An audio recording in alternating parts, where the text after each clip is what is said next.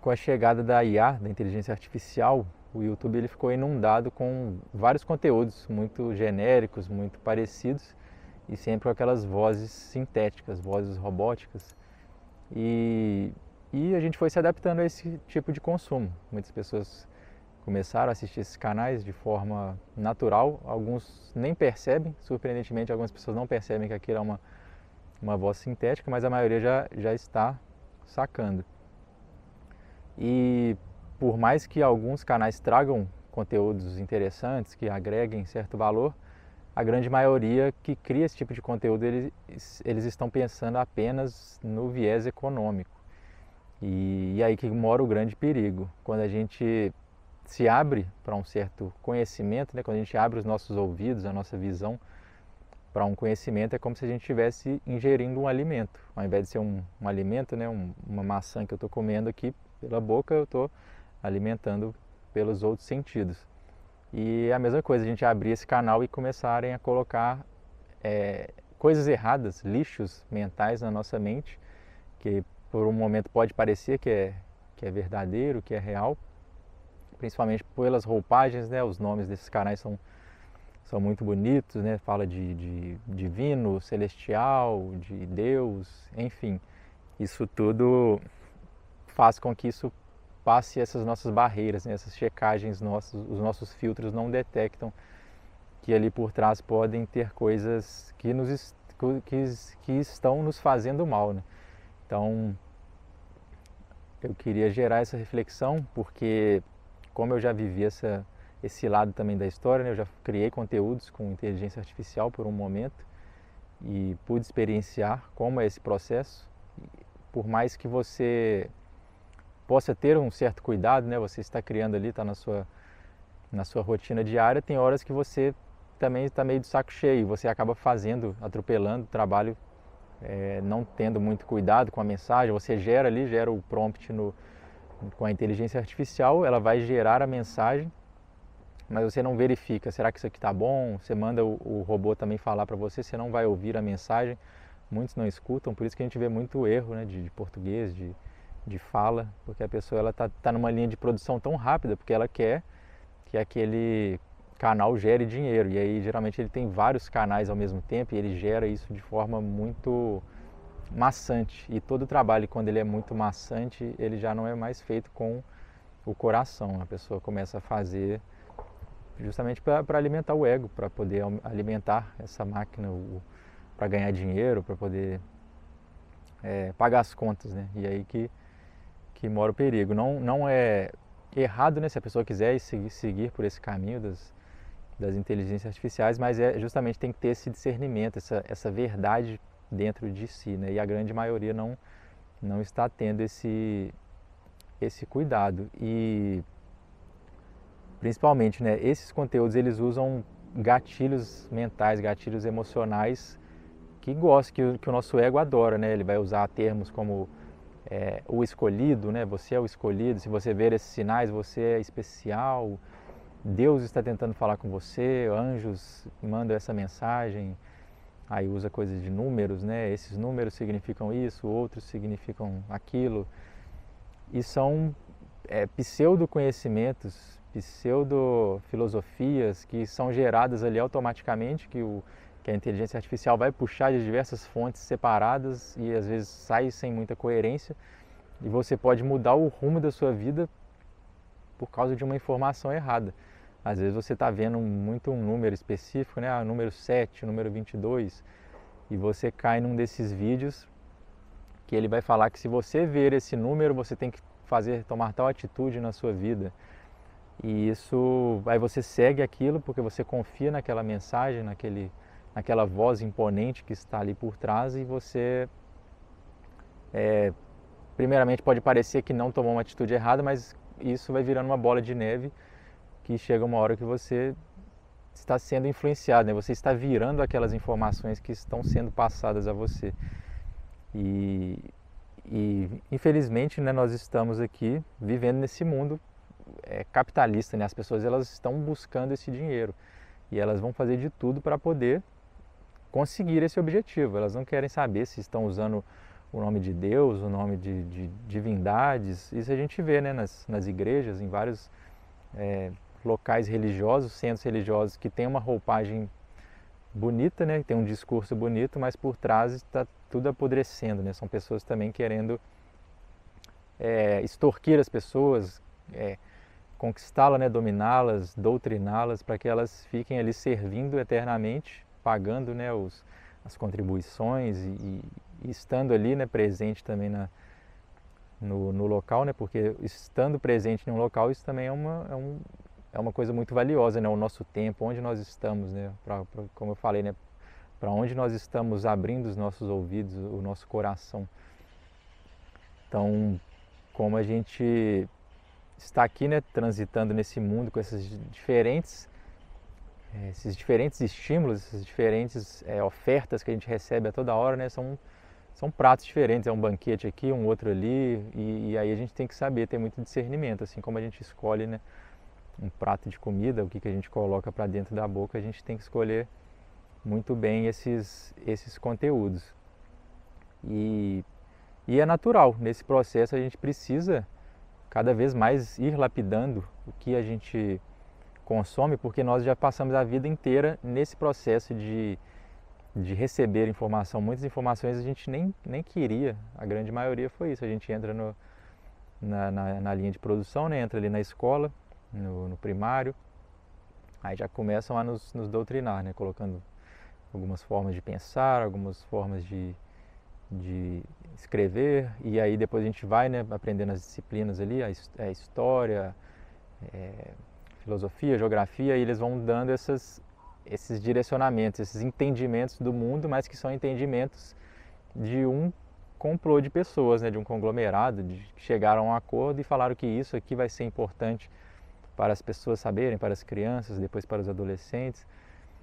E será que isso é realmente confiável, né? Porque a gente sabe que nós somos formatados justamente para isso, né? A gente se forma para a gente depois chegar no mercado de trabalho e ser um operário, né? Um apertador de parafuso, um colocador de porta, um advogado, um médico, enfim, né? Não é só esses trabalhos de fábrica não, né? O caixa de supermercado, não. Se você é um advogado, um engenheiro, um médico, isso você também está fazendo parte dessa engrenagem. Senão a gente não questiona, né? Ah, eu formei em medicina, então, segundo o livro, né? Segundo a cartilha, se a pessoa tem esses sintomas, eu tenho que dar esse medicamento para a pessoa. E a maioria dos profissionais nem questionam, né? Será que realmente é isso mesmo? Será que eu tenho que passar isso? Porque as pessoas enxergam esses mestres como esses professores, né, a indústria em si, como autoridades máximas. O livro ali, ele vai te dar o conhecimento certeiro, mas a gente sabe que não é uma ciência exata, né? Principalmente falando da mente, da psicologia, está longe de ser uma ciência exata. Por isso que a grande maioria dessas prescrições, elas são feitas na tentativa e erro, né? Você recebe uma certa dosagem, fala, vai lá para casa, testa aí, depois você volta aqui, me relata, foi forte, foi fraco, e aí vai fazendo esses ajustes, né? Mas o mais complicado ainda são os efeitos colaterais, né? O que vai acontecer depois? Por mais que a gente remedie, né, vai ter aquela sensação de alívio temporário, mas isso vai se tornando uma bola de neve, né? E esse que é o problema dessa informação que não é questionada. Eu dei esses exemplos justamente para que a gente tenha esse discernimento, né? Da mesma forma que o médico, aí tem o advogado, por que ele tem que seguir a lei daquele jeito? Quem criou essa lei? Por que isso foi feito? Será que isso é coerente ou também é para os interesses dos grandes poderosos, né? Até eu vi um assunto interessante, né? Falando da história do LSD, que ela foi muito utilizada na década de 80, mais ou menos, de forma terapêutica. O governo dos Estados Unidos liberou ali para que as pessoas pudessem utilizar, foi entre 70 e 90, foi nesse meio tempo, eu não lembro a data exata.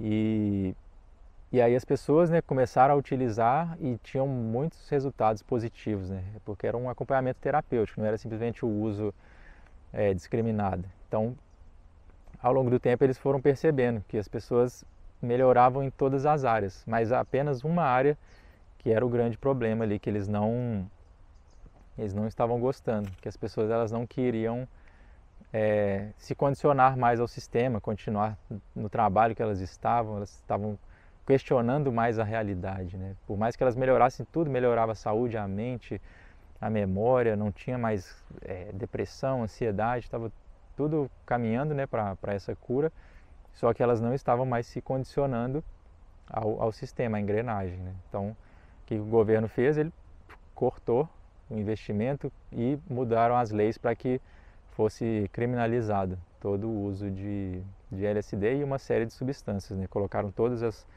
substâncias que poderiam gerar um efeito parecido. Aí entram, né, os cogumelos, o MDMA, ayahuasca, todos esses aí que poderiam gerar um certo benefício, né? Agora que nós estamos voltando a ter uma abertura, mas mesmo assim bem discreta, né?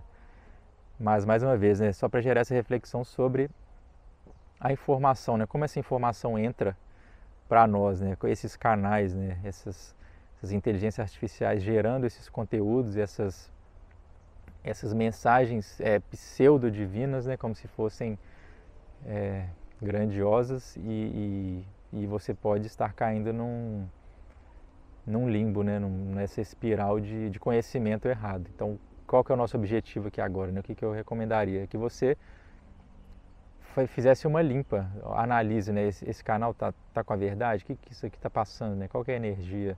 Eu estou melhorando minha vida ou isso está me deixando mais ansioso, mais depressivo?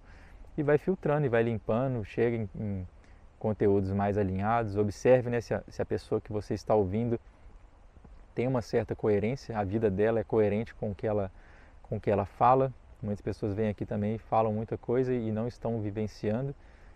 E o objetivo é esse, né, que a gente cada vez mais traga, né? Eu tento trazer o meu dia a dia, as coisas que eu ando fazendo, que funcionam para mim, né, que eu apliquei na vida, eu vi na prática e tento compartilhar, né? Eu não estou simplesmente repetindo coisas que eu acho, né? Quando eu vou falar quando é baseado em escrituras também, né? Escrituras sagradas, Bíblia, Bhagavad Gita, enfim, são coisas que já estão validadas em si, né? Elas já foram vivenciadas por várias pessoas, vários mestres.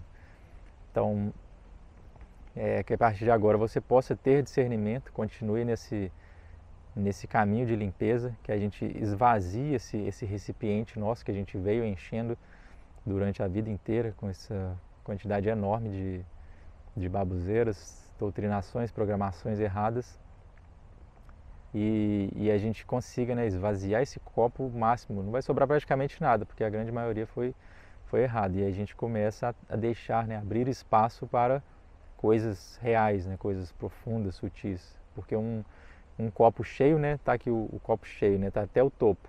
Aí você vai querer colocar coisa nova, ele vai começar a transbordar. Não há espaço para colocar coisas novas, né? O nosso ego, o nosso copo cheio não deixa que coisas novas entrem. Então, por isso que é esse processo de destrinchar, né? Entrar ali para dentro, remover esses cabos, essas correntes, essas âncoras, tirar, né, literalmente o cabo da Matrix e aí sim a gente se conecta com essas coisas elevadas e verdadeiras, né? Vamos nos aproximando cada vez mais dessa verdade. Beleza? Deixa aí nos comentários as experiências que você já teve com esses canais, o que você sente nesse processo, né? Se algo de bom ou algo de ruim que possa ter acontecido com você, para a gente continuar essa conversa aí nos comentários. Vou deixar aí na descrição também o link para você baixar o mapa do buscador. Lá na página você vai conseguir ver um pouquinho mais, é gratuito. É um mapa para a gente se direcionar, se guiar nessa jornada de expansão da consciência, para a gente realmente entender, né, como foi o começo da jornada, onde eu estou agora e para onde eu vou, né? Muitas vezes a gente se encontra perdido, meio atordoado assim, né, sem saber para onde vou. Minha vida está travada em uma área e eu não consigo prosperar, não consigo um relacionamento. E por que isso está acontecendo, né? Lá no mapa você vai ter uma noção e as instruções também para como isso pode ser resolvido, né? Beleza? Então, aguardo vocês aí nos comentários e a gente se vê no próximo vídeo. Tchau, tchau.